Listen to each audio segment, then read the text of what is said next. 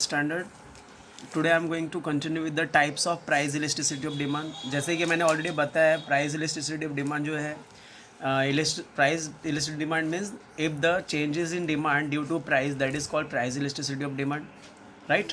कभी कभी डिमांड में कम चेंज होता है, कभी कभी डिमांड में ज़्यादा चेंजेस होता है, तो उसको बोलते हैं price elasticity of demand. Is this clear? तो अभी जो पॉइंट्स हम लोग पढ़ने जा रहे हैं वो है types of price elasticity of demand. सबसे पहला है परफेक्टली इलास्टिक डिमांड। इसका मतलब होता है जब प्राइस में चेंज होने की वजह से डिमांड में अनलिमिटेड चेंजेस हो रहा है, अनलिमिटेड चेंजेस, बहुत सारे चेंजेस हो रहे हैं डिमांड में, प्राइस में थोड़ा भी चेंजेस होने की वजह से ड्यू इसकी उसको बोलते हैं perfectly elastic demand. When a slight or zero change in price brings about infinite change in quantity demand of that commodity, it is called perfectly elastic demand. Is this clear? It is only theoretical concept, ये खाली theoretical concept है, इसको practical में apply नहीं हो सकता। Example 10% fall in price में lead to infinite rise in demand. Price में 10% कम होने की वजह से डिमांड में अनलिमिटेड चेंजेस हुआ, तो उसको बोलेंगे परफेक्टली इलास्टिक डिमांड। इन्फिनिट को हम लोग इस सिंबल से दिखाते हैं। तो A D is equal to percentage change in quantity demand divide by percentage change in price is equal to this symbol, right. अब यहाँ पे इस डायग्राम में देखेंगे ED is equal to this symbol, okay. So ED is equal to percentage change in quantity demand divided percentage change in price is equal to infinite. तो ED का value क्या होगा? यहाँ पे इलास्टिसिटी ऑफ डिमांड का value क्या होता है? इन्फिनिट। Is this clear? तो इस पैराग्राफ में लिखा है when there is a slightly or zero changes in price bring about infinite change in demand, that is called perfectly elastic demand. Example 10% fall in price में lead to infinite rise in demand. 10% price fall होने की वजह से infinite demand में change हो रहा है। Is this clear? तो A D is equal to percentage change in quantity demand divide by percentage change in price. E D is equal to percentage change in quantity demand divide by percentage change in price is equal to infinite. यहाँ पे elasticity of demand का value infinite होता है। Graph कैसा रहेगा? Price OP है लेकिन demand में अनलिमिटेड चेंजेस हो रहा है, कोई लिमिट नहीं है। तो एक्स एक्सिस में क्वांटिटी डिमांड दिखा है, वाई एक्सिस में प्राइस दिखा है, तो ओपी प्राइस पे अनलिमिटेड चेंजेस हो रहा है। Is this clear? In this figure demand curve is horizontal line parallel to x axis. इसमें डिमांड कर्व जो होता है पैरेलल टू एक्स एक्सिस होता है। Is this clear? Next point is perfectly inelastic demand.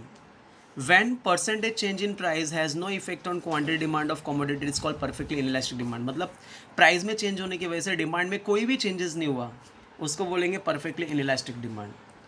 For example 20% fall in price will have no effect on quantity demand. Price में 20% कम हुआ लेकिन demand में कोई चेंजेस नहीं हुआ। यहाँ पे इलास्टिसिटी ऑफ डिमांड क्या होता है? जीरो होता है। Is this clear? In practice such situation rarely occurs. For example demand for salt and milk. नमक के केस में ये डिमांड हो सकता है, क्योंकि नमक का भाव कम होने दो या ज़्यादा होने दो, डिमांड वैसे ही रहेगा, राइट। तो मतलब डिमांड में कुछ खास चेंजेस नहीं होता है। तो आपको कहाँ लिखना है? व्हेन प्राइस से लेके डिमांड तक, जब मतलब प्राइस में चेंज होने की वजह से डिमांड में कुछ भी चेंजेस नहीं होता, उसको परफेक्टली इनइलास्टिक डिमांड बोलते हैं। Example 20% fall in price will have no effect on the quantity demand, ED is equal to zero, right. In practice such situation rarely occurs। For example demand for salt and milk। demand for salt and milk किसका example है? Perfectly inelastic demand का example है। Now in this case price OP से OP1 हुआ या OP से OP2 हुआ, लेकिन डिमांड में कुछ चेंजेस नहीं है, डिमांड OD ही है। Is this clear? तो प्राइस ऊपर हो रहा है या नीचे हो रहा है उससे कुछ फर्क नहीं पड़ता, डिमांड कितना है? OD ही है। तो इस केस में the demand curve is vertical straight line parallel to y axis. इसमें जो डिमांड कर्व होता है वर्टिकल स्ट्रेट लाइन होता है वाई एक्सिस के parallel. Is this clear? You have to write this distinguish also. जो हम लोगों ने अभी पढ़ा perfectly elastic demand, perfectly inelastic demand, दोनों का डिस्टिंग्विश है। It implies that the demand is, अभी मीनिंग का पॉइंट्स इसमें डाल दो, okay students. You have to learn this distinguish also. जो हम लोगों ने अभी पढ़ा उसी का है, मैंने चेंजेस कर दिया है। When slight zero change in price brings about infinite change in quantity demand of that commodity, it is called perfectly elastic demand, right? When percentage change in price has no effect on quantity demand of commodity, it is called perfectly inelastic demand। मतलब price change होने की वजह से अगर demand change ज़्यादा होता है, infinite change होता है, तो उसको परफेक्टली इलास्टिक डिमांड बोलते हैं। अगर प्राइस चेंज होने की वजह से डिमांड में कोई इफेक्ट नहीं आता, उसको परफेक्टली इनइलास्टिक बोलते हैं।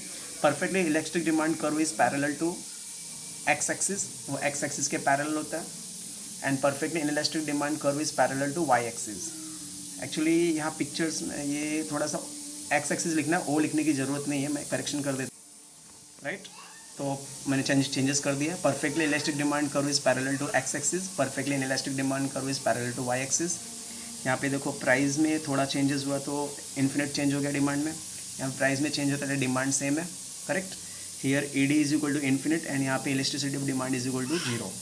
यहाँ पे electricity of demand is infinite, यहाँ पे electricity of demand is equal to zero. This 3 points will be the distinguish of perfectly elastic demand and perfectly inelastic demand. Then students, you have to prepare this distinguish, and along with that you have to write the short notes on perfectly elastic demand.